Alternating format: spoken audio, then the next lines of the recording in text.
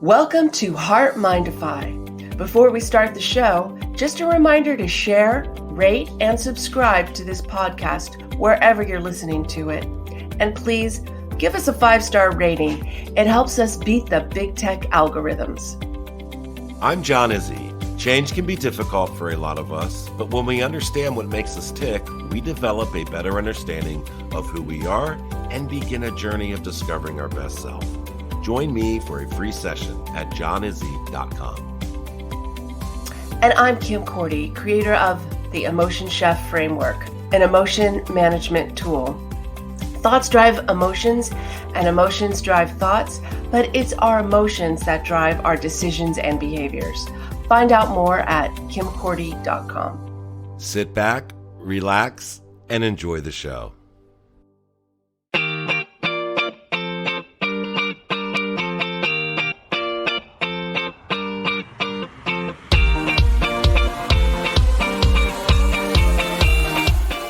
Knowing each other personally and socially for the past 10 years, Kim and John have joined forces, bringing years of experience and training, providing a platform for growth and personal development, along with a little humor.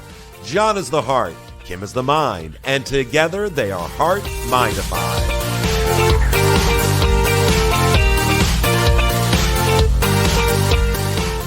Well, hello, Kim. How are you doing today?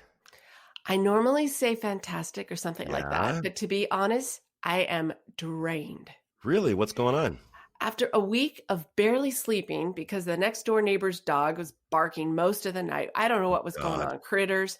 Then I got a call last Friday from my sister from the emergency room at a hospital, letting me know that they found something on a CT scan and she had to have emergency surgery either that night or the first thing the next day. So I couldn't sleep for obvious reasons.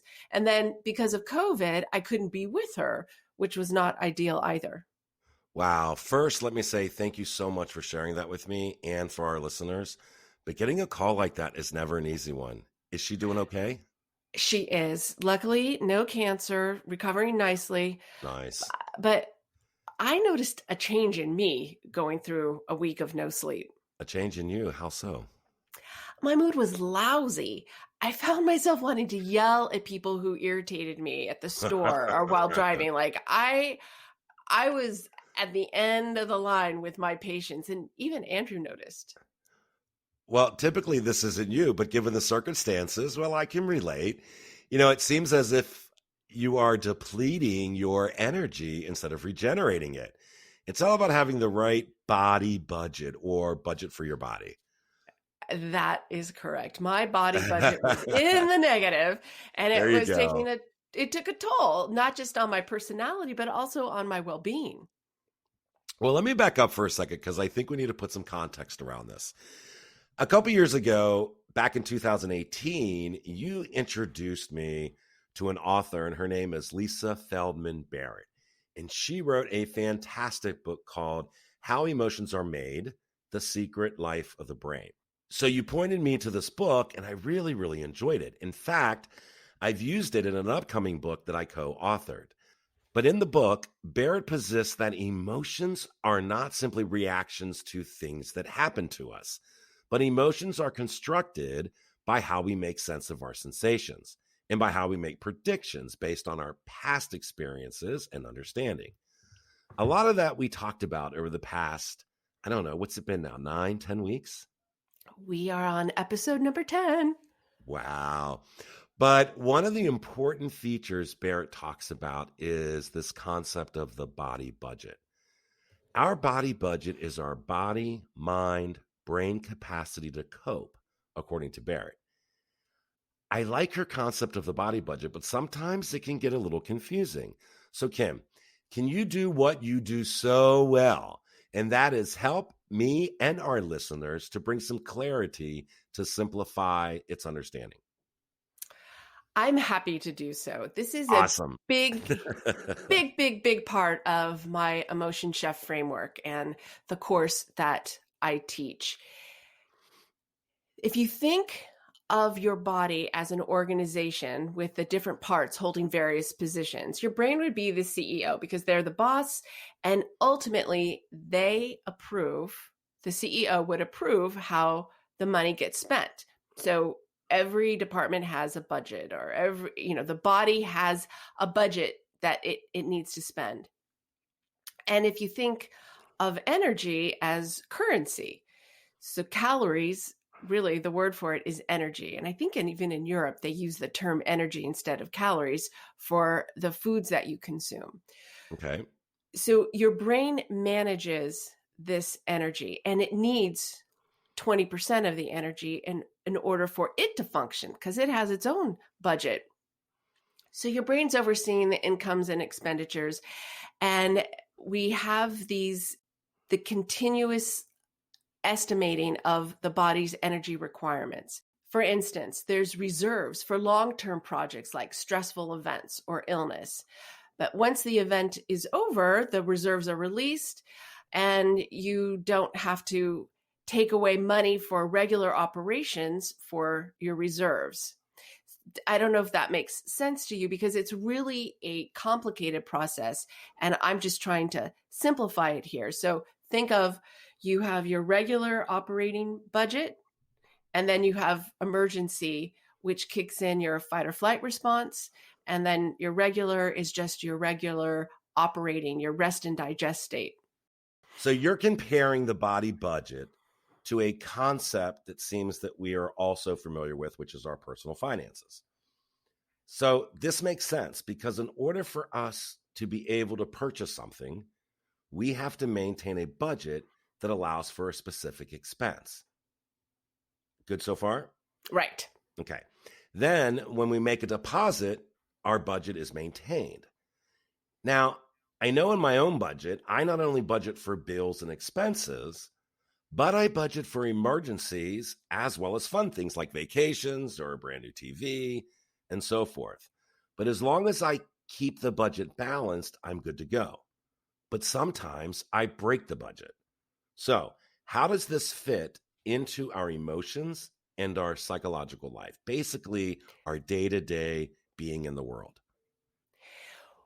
When you are constantly exceeding your budget, or you are low on revenues, if you're not doing things to stop the emergency, for instance, if you have a leaky roof, if you just keep repairing the roof and the leak keeps going, instead of getting a new roof, but you need money, right? That's kind of an Right. example. But it's that constant exceeding of your budget creates your out of balance body budget. And the toll of being out of balance, having more expenditures than deposits, will manifest in a myriad of ways. That would be illness, depression, being overly sensitive, like I was, inability to concentrate, impaired memory, reduced emotion regulation, and excessive tiredness. A lot of this comes from chronic stress. So, not a shocker, stress demands a lot of our budget. When we are in a stressful mode, we still need to operate, right? Our Right. body, but it's taking funds away from it. The brain releases cortisol, and the cortisol speeds up our heart rate, it speeds up our breath rate, it increases our temperature. All of these things happen. And when the brain, and also because we don't get out of stress mode, the brain can't get rid of the cortisol fast enough, and it impairs our brain. Sustained stress tells the brain we need a permanent budget, because it's constantly having to release it. So, okay, let's just keep going. We're just going to keep in this mode, and it can't get out of it. That's why stressed people are typically extra tired and extra hungry. Does that make sense? So, Kim, I think I do understand, but one of the questions that comes to mind when you're talking is, what does my body look like? Well, I know what it looks like, but what does my body look like? What does my body look like when my budget is intact? And then what does it look like when it's not intact or out of budget? And how do I get it back in budget? Does that make sense to you? It does. And I'll explain it to you this way. So your Okay. regular budget is your, like I said, just your regular chill rest and relax state. Your breathing rate is slower. Your heart rate is lower. Your blood is being used to digest your food. It's not being diverted to muscles because you're in a fight or flight mode. You're not in Okay. a stressed reaction. So think about it as when you're just going through your day, it's kind of a chill moment. Think about how your body feels at that moment. Being at the beach, you're just taking care of business without that feeling of stress. Okay. I got you. Now, imagine a dog jumps out of nowhere and starts barking at you. Okay. You go into your breathing rate and heart rate, it gets faster. Now your brain is releasing the cortisol, which is what is going to divert all of your blood to your muscles. Because what do you need to do? You need to run. You need to react. Your senses need to be sharpened. And typically, after that dog, you understand that that dog is not attacking you and it's at the end of its leash and you're fine. Your breathing rate will come back and you'll head back to your rest and digest state. So you're relaxed, easier to digest your food because you've got blood going from your muscles now back to your stomach. That's what that would look like. When Okay. you have no sleep, and if you're not eating enough, your brain is now fighting for energy because it has, if you're stressed and you have that situation, you can't function. If you just don't have enough energy because you're not doing the right things, it also will keep you in that foggy state because it just doesn't have enough energy to launch the normal day-to-day operations. But unfortunately, when you have sustained stress, a barking dog at you all the time, that continual state, because remember, your brain is sitting in a dark room. It just gets information. It doesn't know that you have a barking dog or a bad job or a stressful job. It just knows it's getting the sensations that say, hey, we are in fight or flight mode, release the cortisol, speed up all the systems, all hands on deck. Don't digest that food. We need to run. And that's why stressed people are typically sick, extra tired, extra hungry. And unfortunately, because sustained stress and not being able to get out of it by doing things that are what I call energy fairies, and we'll get to that in a second, but Okay. that is what takes you out of that stress mode. So this one other thing I want to, first of all, does that answer your question? Yeah, I think that's perfect. And you mentioned energy fairies because my next question was going to be, all right, when I feel that I'm constantly in stress mode, what are some things that I can do to get me out of stress mode, quote, back in the right budget for my body? So I know you're going to get there because you let into it. So go ahead and talk about what you were going to talk about next, and then we'll get there because I think that was so important to distinguish, right?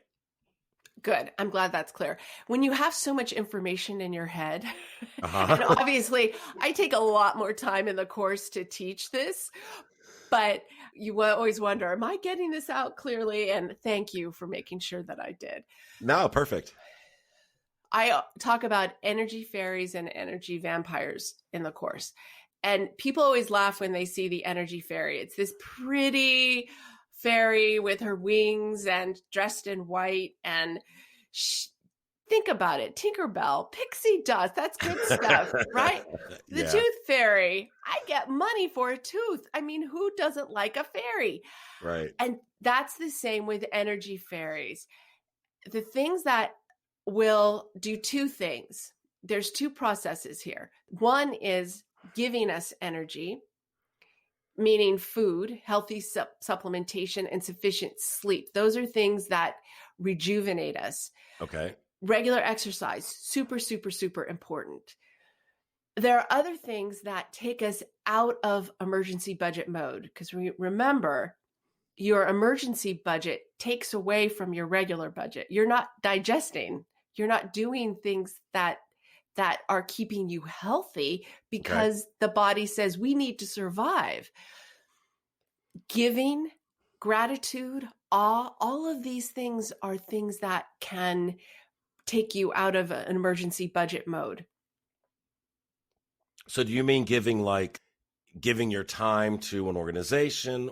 Yes, giving Okay. can be any way. They Okay. actually show that volunteering has more benefits. Mm, I'll talk about that in a minute, but okay. it's just the act of doing something for someone else, and just small amounts of it can bring you happiness.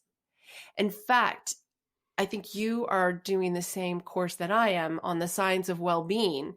And one of the things that you're supposed to do for a week is every day just do something for someone else Yeah. to show how much happiness you get from that. Those are things that take you out of that stress mode. And that's the whole idea of an energy fairy. Yoga, taking care of your time. Last week we talked about boundaries, and we'll talk about that a little bit more. Meditation, sex, vacation. These are things that can help you. Energy Good. vampires get an equal giggle. Oh, in the you'll see a picture of this beautiful woman. I don't know why I always use females, but hey, girls rule. It is what it is. She's so gorgeous, except for these teeth. She's got those teeth that bite you and suck your blood. And that's how vampires can be, right? Like Yeah. smoking and drugs and alcohol. These are things like high refined sugars, bad fats, chemicals in food. These are all things that we enjoy, and yet they're so bad. They suck our energy. Same with poor sleep, a lack of exercise. We talked about chronic stress, things like low hormones. If you're having hormone trouble, that is an energy vampire. Negative emotions. These are all things that deplete our energy and can put us into an emergency budget. So it sounds like when I'm listening to you talk about the energy fairies and the energy vampires, it seems to be more of a holistic approach to wellness in a sense, right? It's like it's not just hacking or attacking one particular thing, but it's kind of like where you are. It's kind of like more organic in that way. It's more holistic. It covers. Do you know what I'm trying to say? Damn it. I do. I do understand. Don't worry about that. I got it, John. And the fact is it is. It's going back to what doctors have been saying for ever, as far as I know. Eat right, exercise, and get plenty of rest. That's those are just basic fundamentals. And also mindfulness. A lot of these practices that I just shared that were fairies were taking you into present day. Yeah. I'm not going to get into automatic negative thoughts, but usually automatic negative thoughts are either projecting the future or spending time on issues or problems from the past, negative things from the past. When we become present, it helps us to appreciate and look at what's going on around us, right? So whereas diet, exercise, and sleep are highly impactful, we can do just those few small practices into your day to help you manage your budget, like taking a regular break. If you feel you can only go for like 2 hours and your brain's like, done. So get outside, do sustained breathing, take deep breaths in and out. Notice your surroundings and try and focus on anything other than what's stressing you.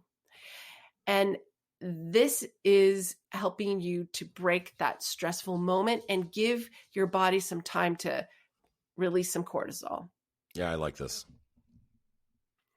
Now, another thing you can do is take a mental vacation. If you can't get outside, like I said before, your brain is in a black, dark room.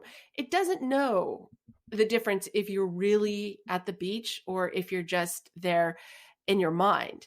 They take athletes and they hook them up and they tell them to imagine practicing, and their muscles respond. So our body responds to signals that the brain gives it. So if we think we're at the beach and we can visualize and imagine all the sensations of smelling the ocean air, having our toes and fingers in the sand, and feeling the warm sun on our body, that brain of yours is going to think, oh, we're at the beach. Yeah, no, that makes sense. I do that all the time when I feel stressed. That's the first thing I do is I take a nice deep breath and then I picture myself in a very calm environment. And usually I can begin to filter out the stress and it clears my mind a little bit. So yeah, I do that all the time. That's extremely helpful. The more you do these practices, the more your brain gets used to it's training, right? The more that it's like, okay, I know I can get out of this. It's Hmm. when you're in constant stress, it doesn't know that there's an out. This is all our brain can be trained. People still don't understand. You are the CEO of your life and you can control the budget. I'm going to let you talk about this next one, John, because Okay. I know you are a heavy meditator and the power of Mm, meditation. yes. And I mean, we know that it's been associated with so many health benefits, including slowing down Alzheimer's disease. So, John, you're the master. Talk to me about meditation. Well, I don't know if I'm a master, but I'll give it a shot. We talked about this in one of our other podcasts. We actually did a whole podcast on meditation and we got a lot of good responses from that. So, the key to meditation is it's simple. It's to learn to be present with yourself. But the key here is without judgment. So when you talk about taking a mental break, Kim, you're taking that mental break without judgment. You're not judging the things that you did that you could improve on. You're not judging, the way that you behaved. You're keeping all the judgment out of it and you're just present with yourself. So the main purpose of meditation is that it breaks then that stalemate of life, right? It stops the constant pushing and pulling that we have become so accustomed to. And that can be done in 10 minutes or 30 minutes or however long it takes. But the key here is that it stops. And as a result, it provides a platform for you to observe. And then once you're in that state of relaxation, you can observe your behaviors and decide, all right, what can I do instead of reacting to something this way? What can I do so that my reaction benefits me and benefits the person that I'm reacting to? So it's still without judgment, but you're now allowing yourself to have options. And I think that's key. I do too. And another point to this is training your brain. Yep. You meditate, thoughts come in, and we have our monkey mind, right? Yep. And you taught me I tell everyone, this is the best thing ever when it comes to meditation. Imagining a box Yeah. in the back of your brain. And when you're trying to meditate, you just put those thoughts in that box. If you try not to think about the thought, you'll think about it more. Yep. So putting the thought in the box and saying, I'll open you up later, trains your brain and it makes meditation that much easier. And it gives you the ability to stop your monkey mind during the day. Yeah. So no, that's so true. One of the things that I do in meditation that's kind of funny. We were talking about this last night with a group of people, but one of the things I do is I think of myself walking down a path, just walking down a road. Let's say it's a road. And as a thought comes in, I send it to another route. And it's like, you go that way. And I'm going down this road. Another thought comes in, you take that exit. And it's kind of pushing them back. But the key here is at the end of the meditation, you can then bring all those thoughts back so that they're away for the moment, but they're still a part of you. And so you let them come in. But now when you let them come in, you are in control of them. Whereas before they were in control of you. Yeah. Just a thought. No, another new tool. Thanks. Man, now I got to add that to the course. Anyway, volunteering is another way. Yes. Volunteering, I know you volunteer. I Mhm. volunteer right now at the COVID testing site. According to Harvard Health, a growing body of evidence suggests that people who give their time to others might also be rewarded with better physical health, including lower blood pressure and a longer lifespan. Remember, lower blood pressure is a part of a regular body budget. So you are engaging the regular body budget when you volunteer. Another way to help yourself is to create boundaries. Establish a boundary between work and personal time. Establish boundaries for yourself so that you have your needs met and the needs of your family met. People get in this whole mode of, I have to do everything, because you have a baby, right? And so you Yep. get in this mode where I'm always having to put my family first. Well, when they get of an age where they start to become more independent, so should you. You should start carving and putting in little boundaries and develop those boundaries, not only for yourself and your own well-being, but also as a good example to your children that as they grow and mature, they have a great example of boundaries. When it comes to work, you want to have expectations set with coworkers and management in the same way, because you have to set boundaries in order to take care of and have personal times. And the same should be valid for family and friends. They should respect your time at work, and you should set boundaries as to when you interact with them during the workday. They found that just a notification on your phone or a missed call is almost the same as an interruption to your work product as picking up the phone or That's answering crazy. the text. You get, I think it's like a 23 to 27% error rate just from that. Wow. So boundaries are good all around, both ways. Boundaries for yourself and respecting the boundaries of your workers and self. Yeah, no, that's good. I wanted to have you explain something that Angie explained to us on the call or on the podcast last week. And that was her example of the cup and the saucer, Oh, yes. right? Yes. And this is why it's important. And this boundary can be to financial boundaries, to time. And when you think about a saucer and a cup, you have to fill the cup. The cup is you, and the saucer is your family or community. If you fill up the cup, anything that spills over goes to them, to the saucer. Mm-hmm. You can't fill the saucer up from the cup No.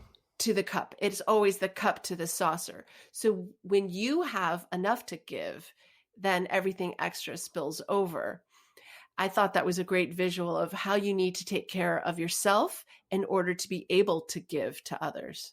And that to me is, for me, that's the most important thing. It's having the gratitude, and we talked about that with the Energy Fairies. It's having the gratitude in yourself so that you have time then for others. And in doing so, that's showing gratitude to them. It's compassion. It's all the good things, right? All the good feelings and the good things that allow us to be healthy. I think that's so important. And the other thing that she said, which I use all the time now, but it's something that you talk about as well, and that's the yes and the no. Right. When you Yep. say yes to something, what are you saying no to? And there's always a no. And that's another mindfulness tip, right? Yep. If you're saying yes to everybody, there is someone or something you're saying no to, and it could be a valued relationship. It could be a work deadline. It could be a myriad of things. And so when you take that step, it helps you to spend your time more wisely, which we also know is a valuable commodity. Kim, you're absolutely correct. Here's a common example. Let's say that you are finishing up work and your boss asks you to stay late to help with a deadline. He tells you it'll be only for a few hours. If you say yes right away without completing the question, then you don't bring into account other responsibilities you might have after your shift is done. Maybe it's going to your son's baseball game or your daughter's softball game. If you say yes without asking what you are saying no to, then you might be missing out on something that's just as important. Look, the process is before you say yes, ask yourself what you are saying no to and weigh the options before you make a decision. It keeps you mindful of your time and respectful of the time of others. I don't know. Those are my thoughts on that. No, I can't agree more. It's once again, it's a mindfulness tool, and it's Yep. making you present for the consequences, not only to yourself, because sometimes it's not even just a matter of who you're spending time with, but do you have the energy to complete it?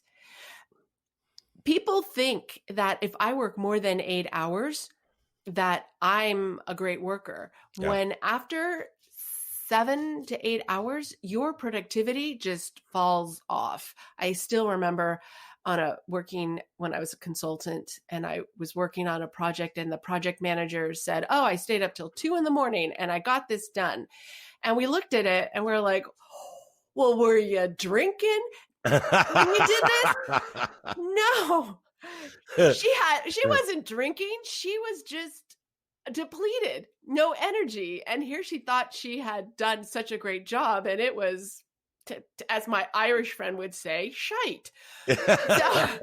So you also have to look at it that way too, because now you might be even depleting more energy and not being as productive. There are limits to productivity, and it's just a function of the limits of our brain and our body, and we need to learn to understand it and respect it.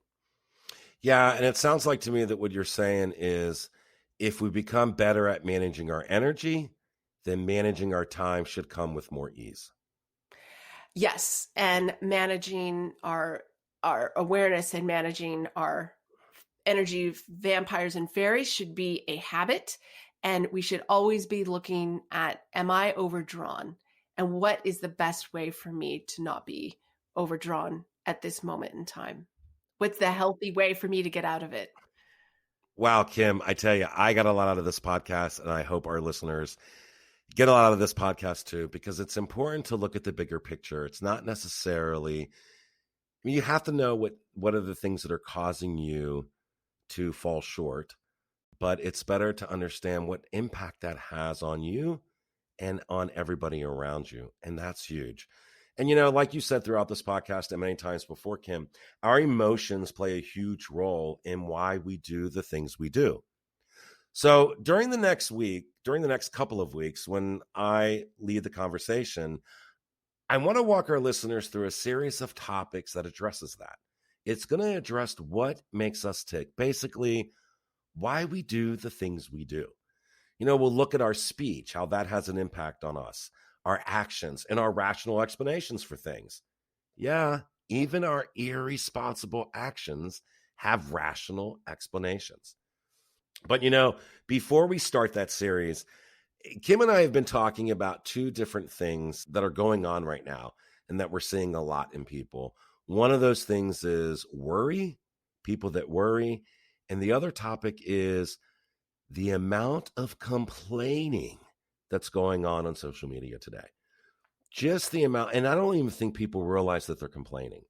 But there's a reason why we complain. And I think we're going to spend the next two podcasts on worry and on, why we complain. Why are we in this, quote, funk that we're in? So, and, part of it is that I have spoken to a lot of people recently that typically have their life together. And for some reason, it seems to be so out of control. So these people are showing a lot of signs of worry in a way that I've never seen before. So what we're going to do is we're going to address the topic of worry and show how you can make a shift from being a worrier to a warrior.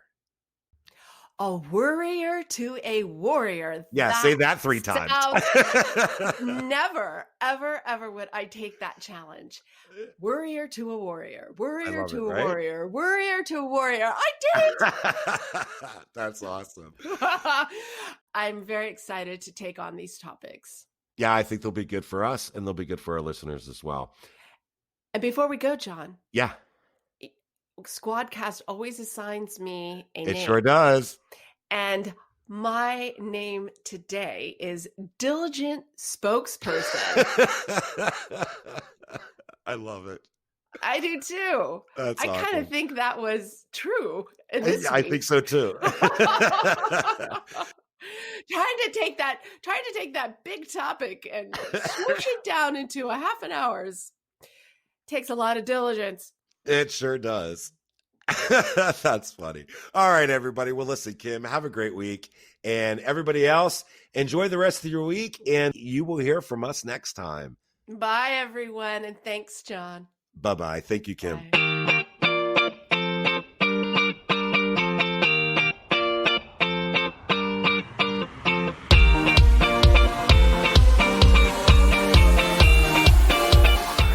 New shows are available every Saturday right here on HeartMind-ify.podbean.com or wherever you listen. Kim and I would like to thank each and every one of you for allowing us to be a small part of your life. Be kind to yourself and remember, our hearts tell the story, but our mind is the conductor.